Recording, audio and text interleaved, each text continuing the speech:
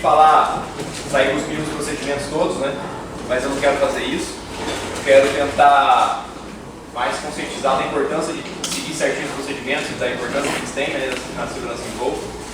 Vou fazer essa apresentação meio curta, 40 minutos, né? Eu não sei se ela tem feito perguntas depois, mas depois pode me procurar, pode perguntar nos momentos de bate-papo aí, fica à vontade. Então, vou falar um pouco de segurança em voo, da importância dos procedimentos, o papel de cada um para fazer o procedimento funcionar, né, direitinho, e o layout, falar um pouco do layout de 2016 e de alguns procedimentos de 2016, vou falar só dos mais específicos, né, que são diferentes dos anos anteriores. Né? Então, quando a gente fala em segurança em voo, a primeira coisa que a gente vem na nossa cabeça era um moço, né, falando, caso de emergência, máscaras caíram na sua cabeça, primeiro ajuda, primeiro você coloca em você, depois coloca no seu filho, e assim por diante, né? Então, o que é esse procedimento? É um procedimento de segurança em voo, né? Ele tá te falando o que fazer se der algum problema, né? Então, na hora que acontecer alguma pane, alguma coisa errada, você já sabe o que fazer, você não precisa pensar, você sai fazendo, né?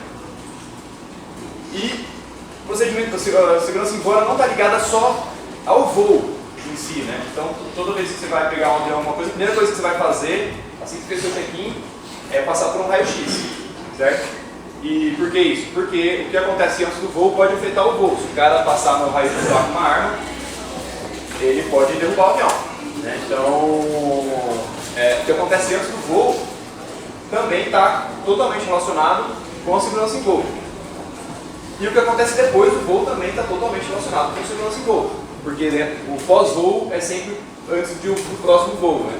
Então, se o cara, na hora que o avião chega no aeroporto lá, tem todo um procedimento, taxiamento, para garantir que o avião não vai bater em nada, e aí você vai desligar o avião, você liga para auxiliar, desliga a turbina, né? Tem toda uma ordem para você garantir que você não vai danificar seu avião, né? E você vai ter o avião sempre dentro dos requisitos lá, né? Então, o que acontece depois do voo também é segurança em voo, também está relacionado, né? A gente fala de segurança em voo, está falando do quê? De diminuir o risco para as pessoas. Mas só para as pessoas? Também não, né? Eu não quero cair em cima de uma casa, eu não quero cair em cima de um carro, né? Aí é óbvio que se eu estiver escolhendo cair em cima de uma velhinha e cair em cima de um carro, eu vou cair em cima de um carro. Mas eu também tenho que estar preocupado com segurança do patrimônio, tanto o próprio avião quanto o que está em volta, né? E tudo mais. Então, quando a gente fala de segurança em voo, a gente está falando dos eventos que acontecem durante o voo, dos eventos que acontecem anteriores ao voo, né? Então aqui eu já abro um parênteses, por exemplo, mais claro no aerodesign, né? Que é a inspeção de segurança, né? Ela acontece antes do voo, e ela é, acho que, no nosso caso, o maior exemplo aí de segurança em voo. E aí eu já abro um outro parênteses para alguns detalhes, né, desses procedimentos. Por exemplo, por que a gente limita em ter apenas 2 membros durante a inspeção de segurança? Pô, parece frescura, né? Pô, se tivesse 5 pessoas lá, a inspeção corria mais rápido. Beleza. Só que pensa que tem 15 equipes lá fazendo inspeção ao mesmo tempo, né? Então, muita gente pode causar tumulto. Tumulto pode causar um esbarrão. O esbarrão pode quebrar uma aeronave. Então, o que acontece? Pode ser que eu estou fazendo inspeção de segurança no avião lá, eu já fiz inspeção do profundor do cara, vem alguém e bate a bunda lá no profundor do cara e quebra o profundor, porque eu já fiz inspeção. O avião vai para a pista com o profundor quebrado. Então, todos esses detalhes eles são muito importantes, né? Então, nos procedimentos, 2 coisas muito importantes são: os detalhes eles são muito importantes, e se você não sabe exatamente por que aquele procedimento é daquela forma, segue mesmo assim, porque pode ser que exista um contexto maior que às vezes você não conhece, né? Então você pode questionar? Pode, não na hora que o procedimento está acontecendo, né? Porque na hora que o procedimento está acontecendo só vai, né? Porque senão você pode estar comprometendo a segurança de alguma forma. Um outro exemplo disso é, por exemplo, o pessoal questiona muito, né? Por que no avião você tem que manter o assento na posição vertical durante o pouso de decolagem? Pô, parece frescura, né? Se ficar 90 ou 92 graus não faz diferença nenhuma, né? Só que pro cara que está atrás faz, né? Se você não cair, o cara tinha que sair correndo, você tem uma poltrona deitada atrás, atrapalhando você passar, faz muita diferença. Então esse tipo de detalhe é muito importante. Se a gente não conhece por que aquela regra, aquele procedimento é assim, mas tem um contexto por trás. Então a gente nunca pode questionar um procedimento enquanto ele está ocorrendo, né? E os eventos posteriores ao voo também, né? Na relação à segurança em voo, diminuir o risco para as pessoas e diminui o risco aos patrimônios, né? Lembrando que em 2013 um avião acertou a biruta, né? Que causou custo para a comissão e tal, foi um negócio... a gente tem que tomar esse cuidado também, né?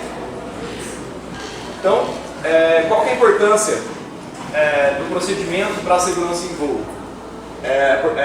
A melhor forma de evitar acidentes é através de procedimentos bem conhecidos, né? Por quê?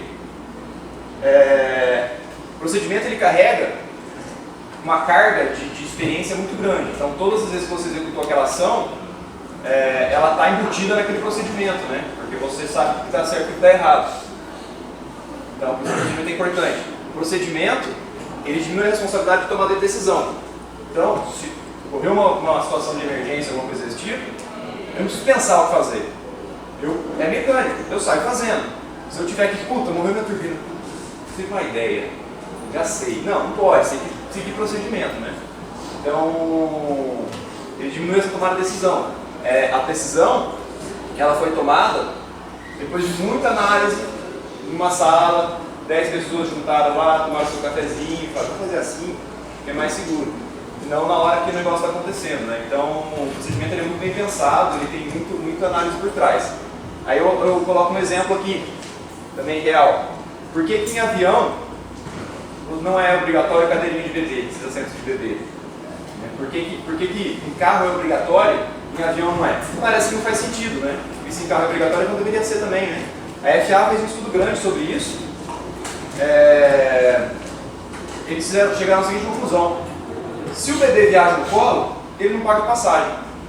Se o bebê viaja na cadeirinha, ele paga passagem, ele está ocupando um assento. Então eles fizeram um estudo, chegaram à conclusão que menos nenéns viajariam de avião se obrigassem que tivesse cadeirinha de bebê. E um bebê no carro, na cadeirinha, é menos seguro do que um bebê sem cadeirinha no avião, porque o avião é uma forma de transporte mais seguro que existe.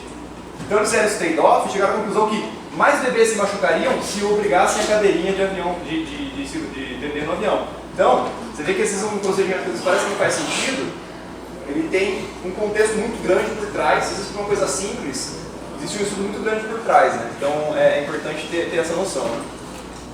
E então, conhecer os procedimentos torna as ações mais rápidas, né, e precisas, né? Eu sei exatamente o que fazer. E se for encontrado uma situação que o procedimento não cobre, uma coisa nova, nunca aconteceu, eu atualizo o procedimento. E é por isso que o meu procedimento ele carrega a experiência de N vezes que o procedimento foi executado. Se acontecer alguma coisa errada, nunca aconteceu, vai acontecer aquela vez só, da próxima vez eu já sei o que eu vou fazer, né? Um exemplo aqui é um acidente que aconteceu com o McDonnell Douglas. Na verdade, não foi exatamente uma falha de um procedimento operacional, um procedimento de projeto, vamos dizer assim. Esse avião ele tinha, por questões de certificação e tudo mais, é obrigatório ter redundância em sistemas críticos e não sei o quê. Então, para você ter um sistema crítico na aeronave, ele tem que ter uma chance de falha. Na época era uma chance de falha de 10 a menos 9, 10 a menos 12, muito menos, e ser redundante. O que aconteceu com esse avião? Ele tinha 3 linhas de fluido hidráulico. Então ele tinha uma redundância tripla. Tinha 3 linhas de fluido hidráulico independentes. Então, se você falhasse uma linha de fluido hidráulico, você tinha mais 2. O que aconteceu com esse avião? Explodiu a turbina de trás.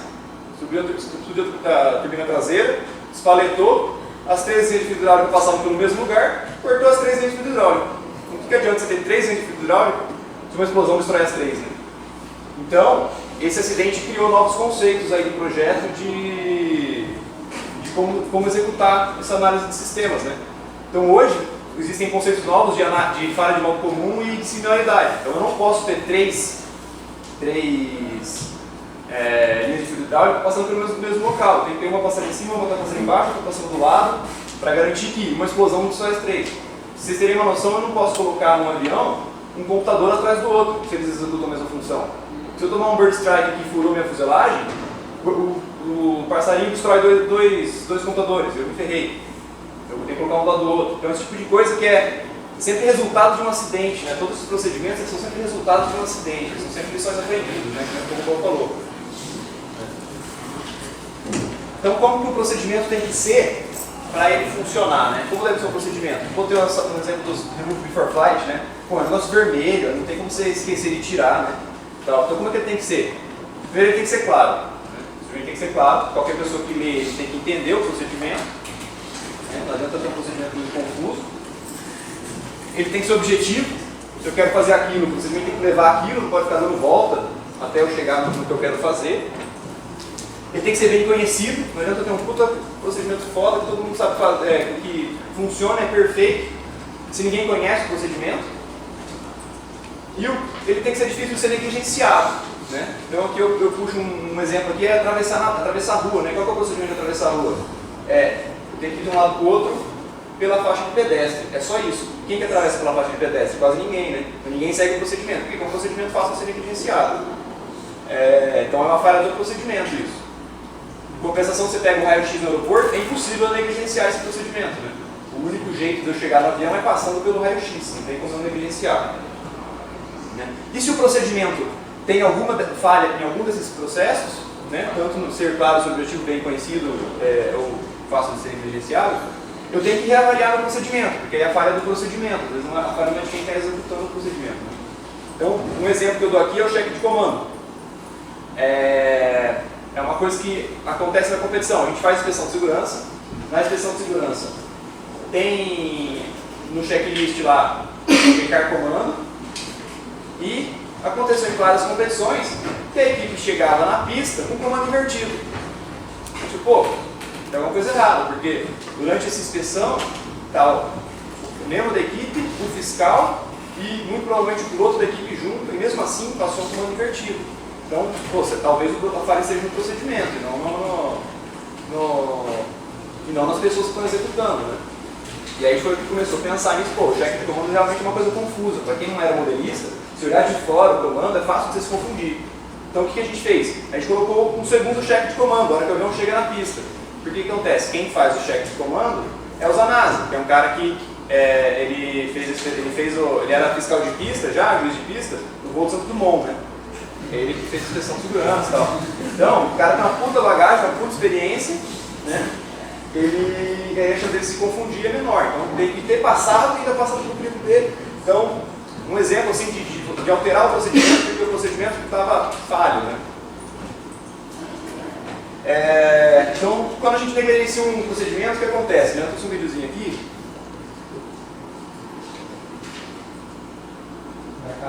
Rodinha, vou voltar. Ei, moça! O que foi? Qualquer coisa aqui, pelo amor de Deus, me ajuda aqui! Eu não sei, senhor. Você não sabe ser, moça? Eu sei! É claro que eu sei, porque eu expliquei no início, mas eu não posso fazer nada se você não prestou atenção. Eu sempre presto atenção. Prestou? Prestou pra fazer problema, né? Então faz Eu não prestei atenção porque eu precisei dar um telefonema pra minha esposa mais cedo. Todas as pessoas que são telefonemas importantes, por favor, me explique como é que foi isso, pelo amor de Deus. Então liga pra sua esposa, pergunta a ela, deve ter... que pena! Você não pega o celular. Poxa, que pena! Eu vejo claro que todos nós vamos um dia. Aliás, todos nós não. Porque nem eu, nem aquela senhora, nós não vamos, porque ela prestou atenção em mim, né, senhora? Arrasou! Pelo amor de Deus, pelo amor de Deus, me explica só mais uma vez. Eu só quero que tu ajuda, me explica se calma, me ajuda. Oi, desculpa, então, a questão da atenção em você. O que eu posso ajudar, senhor? Por favor, me ajuda. Situação de possibilidade, eu não sei. É bom, né? Não é bom se sentir ignorado? Não é bom? Eu só preciso uma merda, mas não tenho presta atenção em mim. Eu preciso que te Então, que passa, acho que já. Senhor, o avião tá caindo, senhor. E você vai morrer! Pelo amor de Deus, eu peço perdão todas as vezes se alguém me precisa levar todos os aviões do mundo. Pelo amor de Deus, eu te imploro de misericórdia. Jura? Juro. Tá falando de coração mesmo? Eu não gosto de confusão, senhor. Eu vou tirar mais uma vez, senhor. A gente já vai explicar aqui. Atenção, senhores passageiros. Atenção para o procedimento de segurança desta aeronave. Ela está equipada com 3 sólidos. Virou diferença de nível, né? Eu gosto do Oscar Wilde e eu cito o Porto dos Fundos. Então,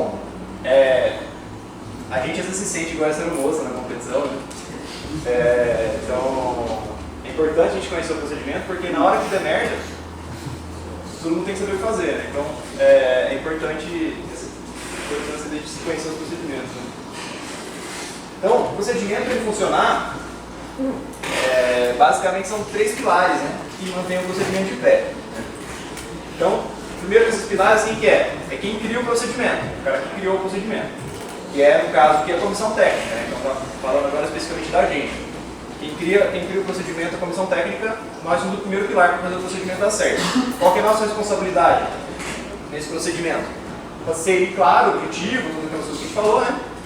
Como que a gente garante isso? Pela nossa experiência, e o Altari falou, a gente tem 186 anos de 183 competições, né? Somando todo mundo, né? Só os análises na 120. Aí o feedback das equipes, né? Que apesar de, claro, nós somos fora, não, pô, a gente ainda é 13 e vocês são 1.500, né? Então, obviamente que vocês vão ter ideias, provavelmente, às vezes, muito melhores que as nossas, porque tem muita cabeça pensando. Então, o feedback das equipes ajuda a gente a garantir isso aí, né? E tem que ser bem divulgado. E como que a gente garante isso? Pelo documento de procedimentos operacionais, que é liberado todo ano, né? Esse ano ainda não foi liberado, mas já está sendo revisto para as regras desse ano, né? E briefing com fiscais e juízes, que acontecem durante a competição. Então, todo dia de manhã, a gente junta todos os fiscais e fala, ó, o procedimento vai ser assim, vai ser assado, vai ser segurança assim, assado. Então, a gente faz esse briefing com os fiscais. Todas as competições, todos os dias, né, todos os anos. Esse é o primeiro pilar. Qual que é o segundo pilar? O segundo pilar é quem vai executar o procedimento, né? Que no caso são os fiscais, juízes e tudo mais. Então, qual que é a função desses caras no procedimento? Eles têm que conhecer o procedimento para poder executar ele. Agora, qual que é a particularidade que a gente tem na competição? Os fiscais e juízes, como foi dito, eles são voluntários, né? E o que isso faz? Nós, da comissão técnica, temos um nível de comprometimento muito maior e demais, mas os fiscais, às vezes, não. Eles são voluntários, eles estão lá para ajudar. E a gente tem uma diferença muito grande de perfis de fiscais. Para vocês terem uma ideia, no passado, a gente teve 2 ou 3 fiscais que eram ex-membros dos Carcará, e os caras vieram do Rio Grande do Norte só para ser fiscal, pagaram passagem do bolso e vieram para cá só para ser fiscal. Então tem esse nível de comprometimento, que eu não posso chegar para o cara e falar assim, ah, lá do Rio Grande do Norte, né? Olha, decora esse documento aqui, ó, 100 páginas, senão você não vai ser fiscal. Eu não posso fazer isso com o cara, né? Então a gente tem que ter função nossa, fazer os briefs e tudo mais para garantir que todo mundo alinhado. E tem o contrário, tem o cara que fez VE e tal, e nunca foi competidor, e aí tem um amigo que foi ser fiscal e falou, pô, tudo da hora, vou ser fiscal. Pô, bacana, legal, a gente tem que ter essas pessoas lá com a gente. Mas às vezes o cara não tem a vivência de design que todos nós temos, né? Então a gente tem que ter esse cuidado. Qual que é o terceiro pilar? O terceiro pilar é a quem o procedimento está sendo executado, né? São as equipes. Qual que é a função das equipes na execução do procedimento? Primeiro é conhecer os procedimentos também. E qual que é a diferença entre as equipes e os fiscais? Vocês são os maiores interessados. Então o que isso faz? Isso faz com que seja praticamente obrigação de vocês conhecer os procedimentos. E não são tantos assim, e numa equipe de 10 pessoas para falar, você conhece o procedimento do fundo, você conhece o procedimento do 2, então não é uma coisa muito pesada para vocês conhecerem isso. E o que isso é interessante para a gente? Ou para todo mundo? Isso torna um fail-safe para a gente, para o procedimento funcionar. Por quê? Porque se por algum motivo a gente fizer um procedimento que não está claro, vocês informam a gente corrige o procedimento, a gente revisa. Se por algum motivo o procedimento não foi bem divulgado, vocês informam a gente. Olha, tá o procedimento aqui, cadê o documento de procedimentos operacionais? Vocês não mandaram ainda, pô, a gente precisa saber e tal. Informa a gente vai correr e divulgar. E se acontecer do fiscal não conhecer o procedimento, por algum motivo, vocês informam o fiscal. Né? Então, isso torna um fail-safe para que o negócio funcione. Por quê? Porque para um procedimento ser feito de forma errada, né, e já aconteceu, tal equipe retirou a carga de tal jeito e era para retirar de tal jeito. Por que isso acontece? Ou porque a gente fez um procedimento que não estava claro, e aí as duas partes entenderam errado, ou as duas partes não conheciam o procedimento, tanto os fiscais quanto a equipe. Né? Porque se uma delas conhecesse, o procedimento era feito certo. Então, é muito importante ter todo mundo alinhado para fazer um negócio. É a responsabilidade de todo mundo, não é só a responsabilidade da comissão fazer os procedimentos dar certo, é a responsabilidade de todo mundo. Então, falando um pouco do layout da competição, né? Vocês têm algum pessoal novo aí, mas o layout da competição é o mesmo dos últimos anos, né? O acesso ao DCTA é lá pela entrada perto do museu aeroespacial, né? Aí seguindo pela estradinha ali tem um estacionamento, onde parar nos carros e tudo mais. Logo embaixo, estacionamento das equipes, né? Onde param os ônibus e tal. Seguindo a ruazinha para baixo ali, tem a área da competição aqui, né? Onde ficam as bancadas, todas as tendas e tal. E o box de voo.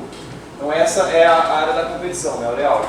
E dando um zoom aqui só na área da competição, a gente tem aqui o hangarete, né? E é o seguinte, a gente tem a cerca, né?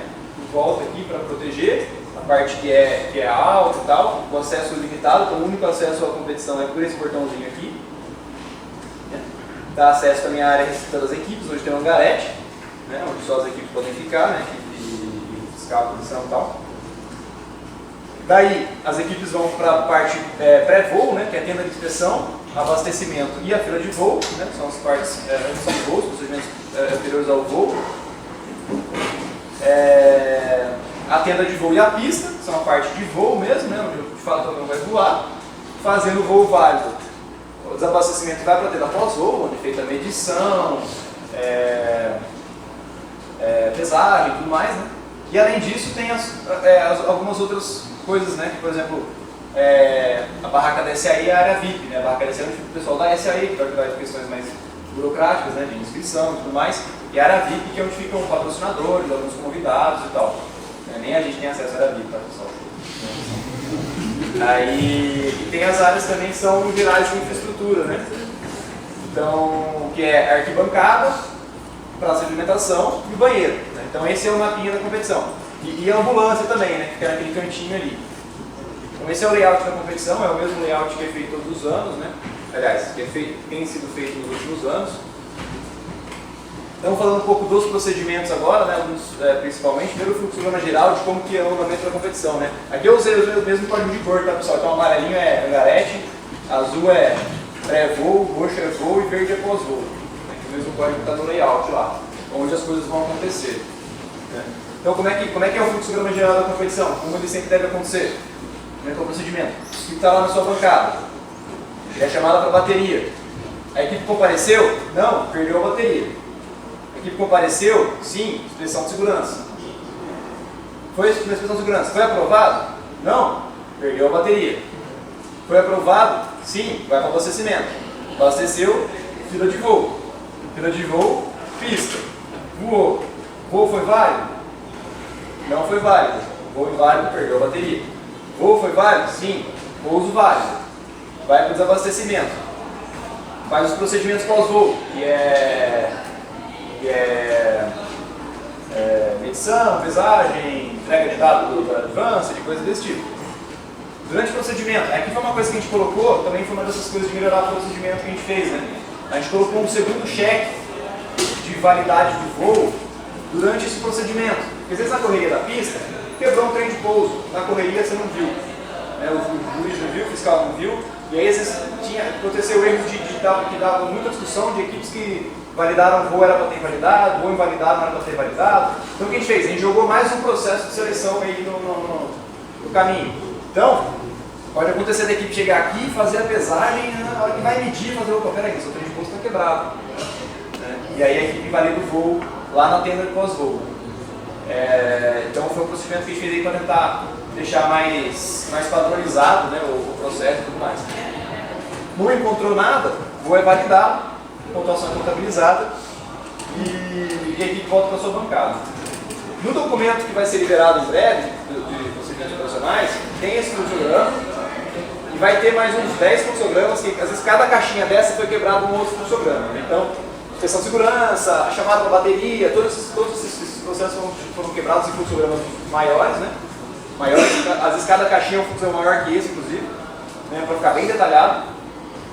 E durante a competição, a gente vai colocar, isso é uma evolução que a gente vai fazer, a gente vai colocar todos esses fluxogramas e colocar eles no lugar da competição. Então, ó, na chamada lá na barraca do rádio, onde chama as equipes, vai ter lá o procedimento chamado bateria. Na tenda de inspeção, vai ter lá o fluxograma de inspeção de segurança. Para quê? Para melhorar essa divulgação, para sempre tentar diminuir, aumentar a uniformidade. Então, aqui, como não dá tempo de falar de todos, eu vou citar então só alguns procedimentos que são mais específicos desse ano, né, que são diferentes. Né? Então, primeiro o voo da Advance. O voo da Advance vai ter a medição de velocidade agora. Né? Como é que vai funcionar? O avião decolou, fez uma curva 180 graus, então perto do vento. Nessa primeira passagem ele vai fazer a medição de velocidade. Fez a curva 180 graus, retornou, alinhado com a pista, preparou para a segunda passagem, curva 180 graus, segunda passagem de medição de velocidade. Fez a curva 180 graus e preparou para o pouso. Não conseguiu pousar, fica no circuito ali até conseguir pousar. Importante, fica esse fluxograma aqui pra gente. Eu só posso medir velocidade nas duas primeiras tentativas, tá pessoal? Já está na regra lá, eu só posso medir velocidade nas duas primeiras tentativas. Se eu não medir, se eu for para a terceira, se eu por algum motivo não pousei e vou para a terceira medição não vale. Tá? E o procedimento de voo da classe micro, né? Também tem a questão do alijamento da carga. Né? Mesma coisa.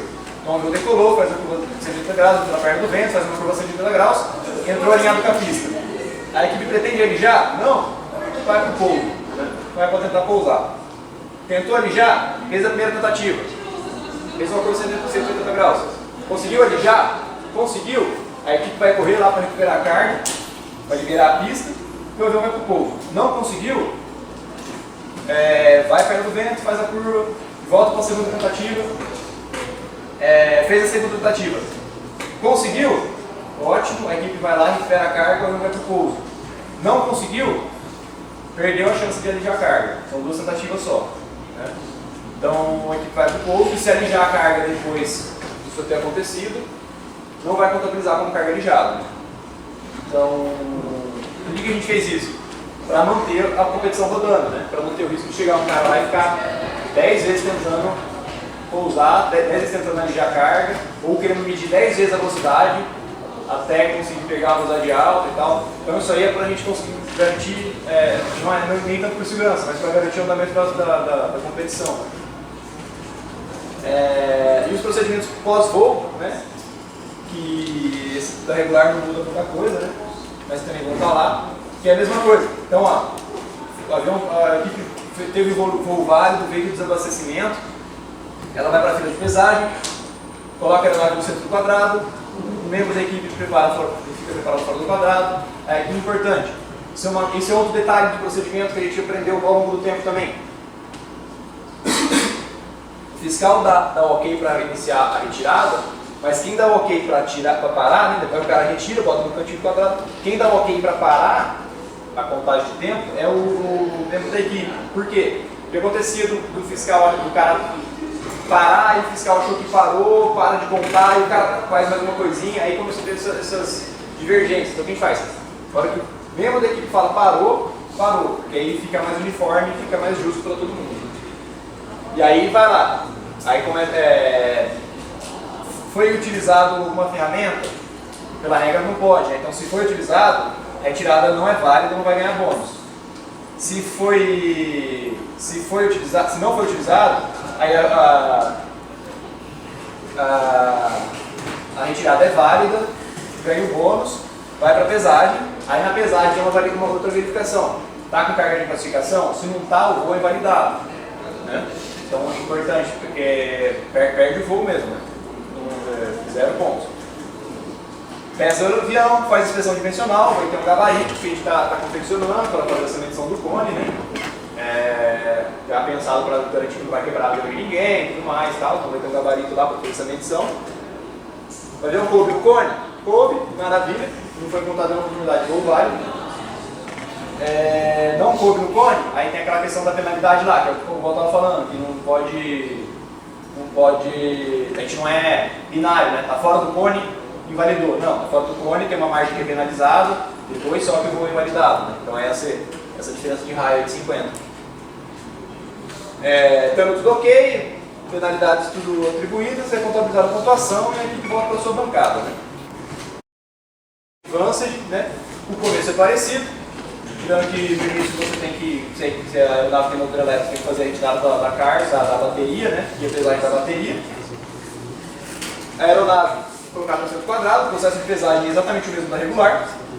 Então, voltando ali na carga de classificação, mesma ideia, não tem carga de classificação, voo invalidado. A aeronave é pesada, os dados são entregues, né, para a comissão, se está tudo certo, bola para frente, se não está, o voo é invalidado. Né, e raciocínio final lá exatamente igual ao do outro. E para a classe micro, vai ter a questão da carga alijada e a questão da desmontagem, né, que é a novidade desse ano. Então, mesma coisa, o voo não seja o voo válido, está preferindo de pesagem, aí tem a pergunta lá, houve ou não alijamento, se houve, pesa a carga alijada, se não houve, pesa a carga direta ou não alijada, confere a carga de classificação, a aeronave é pesada, não encontrou nenhuma conformidade, ok, o voo está válido, vamos para desmontagem. A desmontagem segue essa mesma ideia de o fiscal dar ok para começar e o membro da equipe dar ok para parar. Então os dois membros se preparam para iniciar a desmontagem, o fiscal dá ok, começa a desmontar, o membro da equipe sinaliza que acabou de montar, e aí tem o cheque lá. Teve um dano intencional na aeronave, né? O cara quebrou o avião, o avião caber dentro da caixa. Se foi intencional, o voo é invalidado. Se foi um dano lá, você viu que a aeronave caberia mesmo sem quebrar e tal, se isso foi um incidente, o voo continua ok, né? Não tem problema. Aí tem a questão lá, a aeronave foi guardada corretamente. Se ela foi completamente guardada, ok, show de bola. Se ela não foi corretamente guardada, tem uma penalidade de 10 segundos e tem que terminar a montagem. Então, além da penalidade de 10 segundos, tem mais o tempo extra que você vai levar para terminar de guardar. Né? Então, para cada vez que isso acontecer, vai somar, além do tempo extra de terminar o processo, quanto 10 segundos de penalidade para cada vez que isso acontecer. Né? Pode ver que fecha um loop ali. Né? Guardou corretamente, aí tem o último cheque. A aeronave foi utilizada alguma ferramenta para... aliás, tinha alguma ferramenta que não estava na caixa quando começou a desmontagem? Se todas as ferramentas estavam na caixa, ok. Se tinha alguma ferramenta que não estava na caixa, também tem a penalidade de 10 segundos por cada ferramenta. Tá? Tem que terminar na caixa. Isso, terminar na caixa. A ferramenta tem que terminar na caixa. Se depois disso tudo ok, voo válido e a equipe retorna à sua bancada. Tá? Então esses são os procedimentos diferentes que a gente tem esse ano, né? Então os clientes foi só para eles, né? Então, mais detalhes desses procedimentos, né, vão estar no documento, procedimentos operacionais, que vai ser divulgado em breve. Então, lá vocês vão ter todos os detalhes certinhos de todos os procedimentos, né, para poder montar em cima lá e avisar a gente se tiver alguma coisa errada e tal, e para seguir bola, né. E obrigado, é isso. Obrigado.